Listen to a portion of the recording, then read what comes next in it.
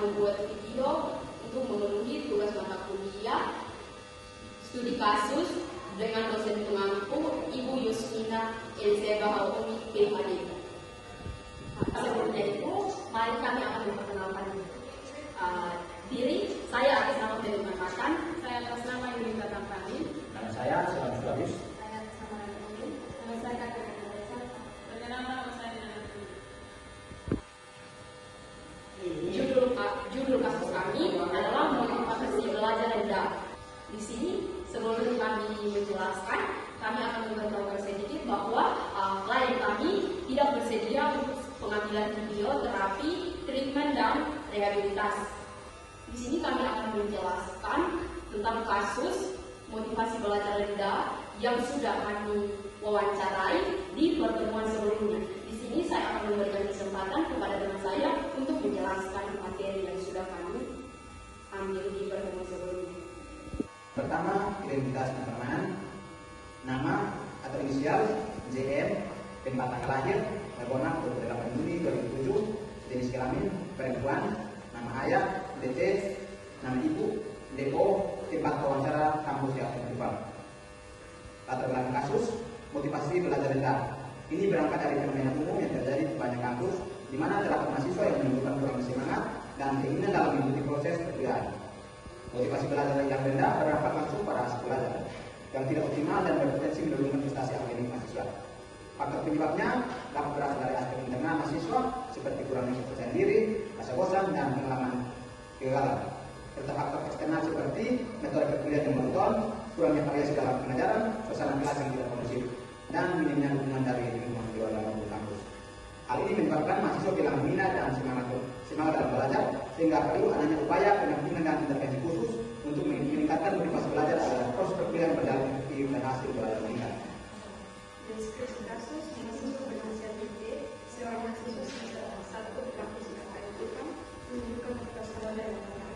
Gejala yang tampak adalah kurang semangat mengikuti perkuliahan, tidak muncul pada belajar, sering tidak fokus pada perkuliahan dan cenderung sulit mengerjakan tugas. DT juga menunjukkan ketekunan yang rendah menghadapi tugas, profesional diri dan kurang memiliki keinginan untuk belajar dan berhasil.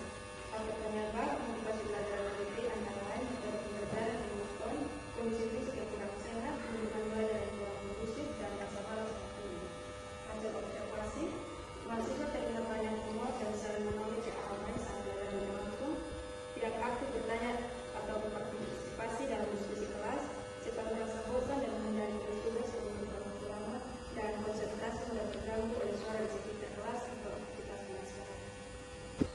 Wawancara eksploratif. Pertanyaan yang diajukan kepada DT meliputi: yang pertama, apa yang membuat kamu kurang bersemangat belajar?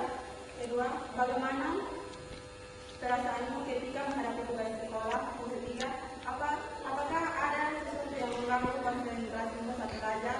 Empat, apa harapan dan cita-citamu terkait pendidikan? Jawaban DT mengungkapkan perasaan jenuh dengan metode pembelajaran yang monoton, ketidakyakinan terhadap kemampuan diri, serta adanya tekanan dan faktor keluarga dan masalah pribadi yang tidak disampaikan kepada pihak kampus.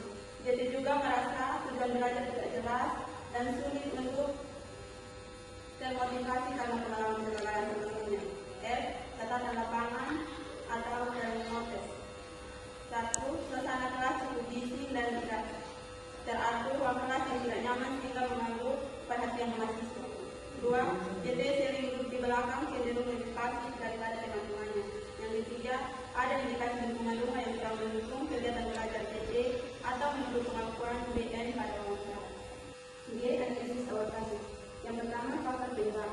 Rasa percaya diri rendah, ketidakmampuan mengelola waktu belajar. Metode perkuliahan yang kurang variatif dan hubungan ruang kuliah yang minim. Yang kedua, dampak kasus. Dampak dari kasus motivasi belajar rendah pada mahasiswa DT meliputi beberapa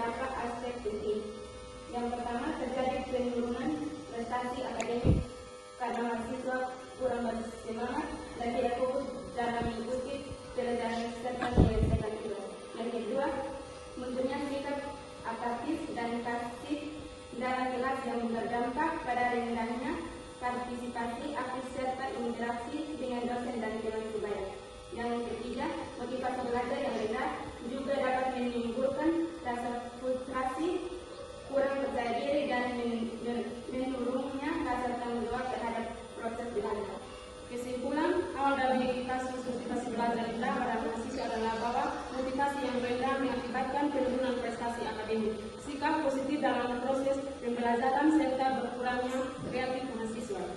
Dengan mengikuti perkuliahan, penyebab utama motivasi rendah berkaitan dengan kurangnya minat terhadap materi. Metode pembelajaran yang monoton segera ditangani dapat menghambat perkembangan potensi mahasiswa secara optimal. Sekian dari presentasi kelompok kami. Mungkin ada kesalahan kata dalam presentasi, mohon dimaklumi. Sekian dan terima kasih. Shalom.